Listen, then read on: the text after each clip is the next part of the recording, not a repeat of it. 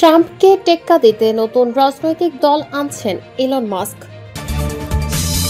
হাসিনা টুপ করে ঢুকে পড়লে আম গাছে বেঁধে বিচার করবে মানুষ, বললেন আখতার। জুলাই আন্দোলনে নিহত নারী ও শিশুদের হারিয়ে যেতে দেব না, বললেন শারমিন এস মুর্শিদ। বড় বোনকে হাসপাতালে একা রেখে পালিয়ে এসেছিলাম আন্দোলনে, বললেন আহমেদ ইসহাক। জনগণের মধ্যে কোনো বিভেদ নেই, মতপার্থক্য রাজনৈতিক দলগুলোর মধ্যে, বললেন মির্জা ফখরুল। সর্বশেষ জানাবো, কাউকে বিশেষ সুবিধা দিতে নির্বাচনের সময় বৃদ্ধি না, বললেন রিজভী। শিরোনাম শুনলেন, এবারে বিস্তারিত। ট্রাম্পকে টেক্কা দিতে নতুন রাজনৈতিক দল আনছেন ইলন মাস্ক। মার্কিন প্রেসিডেন্ট ডোনাল্ড ট্রাম্পের সঙ্গে প্রকাশ্যে বিরোধে জড়িয়ে গত ২৮ মে তার প্রশাসন থেকে বেরিয়ে গেছেন টেসলার প্রধান নির্বাহী কর্মকর্তা ও স্পেস এক্স এর প্রধান ইলন মাস্ক। তখন থেকেই গুঞ্জন ওঠে রাজনীতির মাঠ ছাড়ছেন না বর্তমান বিশ্বের অন্যতম এই শীর্ষ ধনকুবের, এমনকি গঠন করতে পারেন নতুন একটি রাজনৈতিক দলও। এবার সত্যিই নতুন রাজনৈতিক দল নিয়ে আসার ঘোষণা দিয়েছেন মাস্ক। রোববার ৬ জুলাই এক প্রতিবেদনে এ তথ্য জানিয়েছে ব্রিটিশ সংবাদ মাধ্যম বিবিসি। প্রতিবেদন অনুযায়ী শনিবার নিজের মালিকানাধীন সামাজিক যোগাযোগ মাধ্যম এক্সে দেয়া এক পোস্টে মাস্ক জানান, তার নতুন দলের নাম আমেরিকা পার্টি, যা যুক্তরাষ্ট্রের প্রচলিত দুই দলীয় রাজনৈতিক কাঠামো রিপাবলিকান ও ডেমোক্র্যাটিক পার্টির বিকল্প হিসেবে কাজ করবে। তবে এখনও পরিষ্কার নয় এই দলটি যুক্তরাষ্ট্রের নির্বাচন কমিশনে আনুষ্ঠানিকভাবে নিবন্ধিত হচ্ছে কিনা। মাস্ক নিজেও দলের নেতৃত্ব বা কাঠামো সম্পর্কে বিস্তারিত কিছু বলেননি।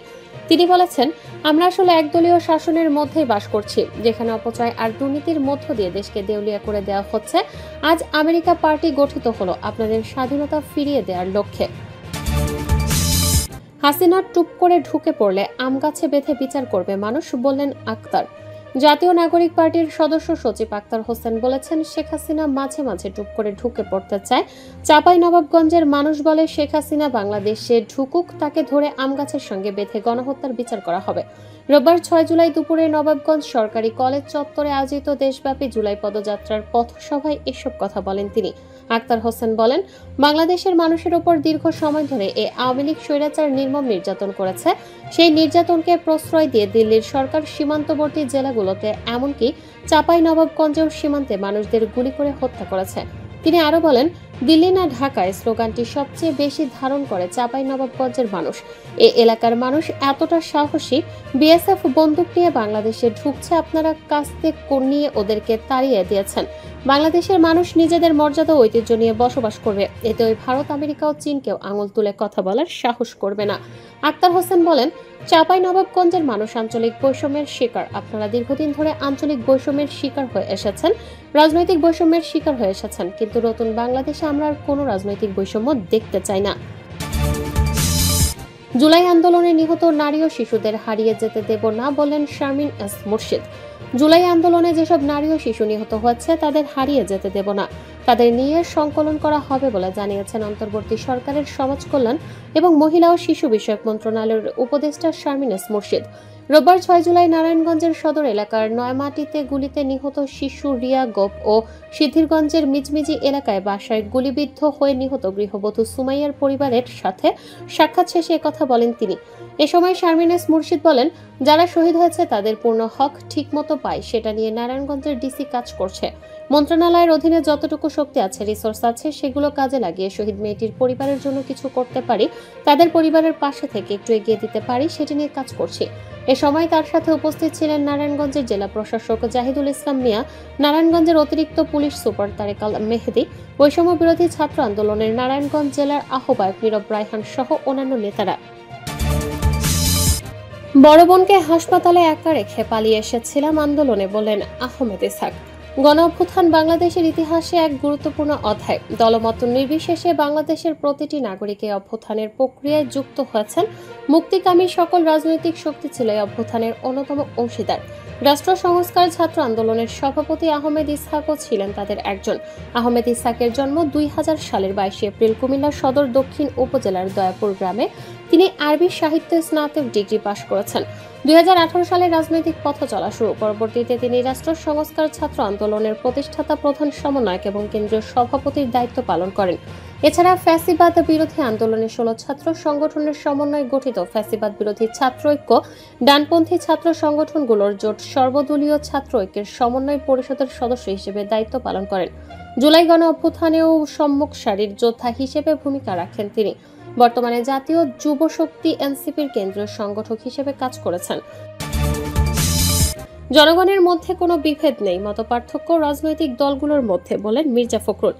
বিএনপির মহাসচিব মির্জা ফখরুল ইসলাম আলমগীর বলেছেন, জনগণের মধ্যে কোনো বিভেদ নেই, মতপার্থক্য রয়েছে রাজনৈতিক দলগুলোর মধ্যে। যেহেতু আমরা গণতন্ত্রে বিশ্বাস করি, তাই আমাদের তো বিভিন্ন মত থাকবেই। সেই মতগুলোকে এক জায়গায় নিয়ে এসে আমরা অন্তত এক জায়গায় আসি যে আমরা গণতন্ত্রে ফিরে যাব। জনগণের ক্ষমতা জনগণকে ফিরিয়ে দেব। তারা ভোটের মাধ্যমে তাদের মত প্রতিষ্ঠিত করবে। এতে সত্যিকার অর্থেই একটি গণতান্ত্রিক রাষ্ট্র প্রতিষ্ঠিত হবে। রোববার 6 জুলাই রাজধানীর গুলশানে একটি হোটেলে foundation for strategic and development studies আয়োজিত জাতীয় নিরাপত্তার স্বার্থে জাতীয় ঐকমত্য অপরিহার্য শিরোনামে জাতীয় সংলাপে তিনি এসব কথা বলেন। জনগণের ক্ষমতায়ন এবং সার্বভৌমত্ব নিশ্চিতে সবাইকে একমত হওয়ার আহ্বান জানিয়ে বিএনপি মহাসচিব বলেন, 2016 সালে আমরা রাষ্ট্র সংস্কারের কথা বলেছি, 2023 সালে 31 দফার কথা বলেছি, সেখানে পুরো রাষ্ট্র সংস্কারের কথা বলেছি। এখন কোথায় সমস্যা হচ্ছে তা বুঝতে পারছি না। আমার মনে হয় এই জায়গাটাতে আমাদের চিন্তা ভাবনায় এক হওয়া দরকার। মির্জা ফখরুল বলেন, এখন দরকার জনগণের ক্ষমতায়ন এবং সার্বভৌমত্ব নিশ্চিত করা। তর্ক বিতর্কের মাধ্যমে গণতান্ত্রিক প্রতিষ্ঠানগুলো শক্তিশালী হবে। আমাদের মধ্যে বিভিন্ন মত থাকবে, সেগুলোকে এক জায়গায় এনে একটি গণতান্ত্রিক রাষ্ট্র ব্যবস্থা প্রতিষ্ঠিত করা যাবে। কাউকে বিশেষ সুবিধা দিতে নির্বাচনের সময় বৃদ্ধি না, বললেন রিজভী। অন্তর্বর্তী সরকারের উদ্দেশ্যে বিএনপির সিনিয়র যুগ্ম মহাসচিব রুহুল কবির রিজভী বলেছেন, কোনো ব্যক্তি বা দলকে বিশেষ সুবিধা দেওয়ার জন্য নির্বাচনের সময় বৃদ্ধি করবেন না, এটি আশা করি। রোববার 6 জুলাই দুপুরে বিএনপির কেন্দ্রীয় কার্যালয় নয়াপল্টনে পবিত্র আশুরা উপলক্ষে আয়োজিত আলোচনা সভা ও অনুষ্ঠানে তিনি এসব কথা বলেন।